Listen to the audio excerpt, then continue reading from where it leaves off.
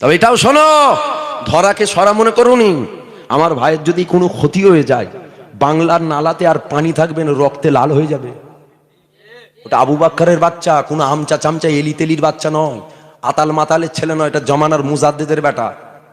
ঠিক না বে ঠিক গো? আমি এখানে ওয়াচ করছি, কি হয়েছে? এনে ওয়াচ করবো, মোটা টাকা দেবে, ঘরে চলে যাবো না? আমার ভয় হচ্ছে, আমার দুঃখ হচ্ছে, আমার ভাইটা জেলে বসে আছে। আর যারা নিয়ে গেছে নিশ্চয়ই আমার ভাইয়ের আপন টাপন কেউ নয়। জেলে রসগোল্লা টসগোল্লা হয়তো খেতে দিচ্ছে না, কত খারাপ ব্যবহার করছে।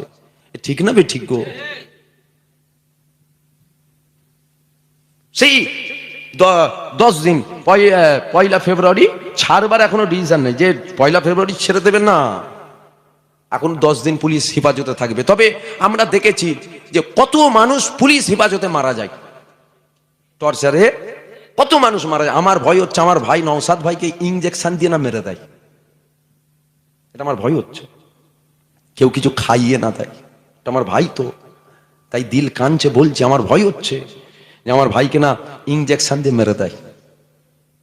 শুধুমাত্র একটাই কারণ, কি জানেন? দাড়িওয়ালা, টুপিওয়ালা, জুব্বাওয়ালা, এই জন্য, এছাড়া অন্য কিছু কারণ নয়। লড়াই তো বহু হচ্ছে, টিএমসির সাথে বিজেপির লড়াই হচ্ছে, বিজেপির সাথে টিএমসির হচ্ছে, সিপিএম এর সাথে কংগ্রেসের হচ্ছে, কংগ্রেসের সাথে বিজেপির হচ্ছে, বিজেপির সাথে আইএসএফ এর হচ্ছে, লড়াই তো হচ্ছে।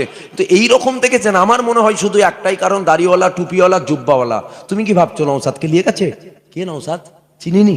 দাদা হুজুরের আওলাদকে নিয়ে গেছে। কি করেছে না করেছে ও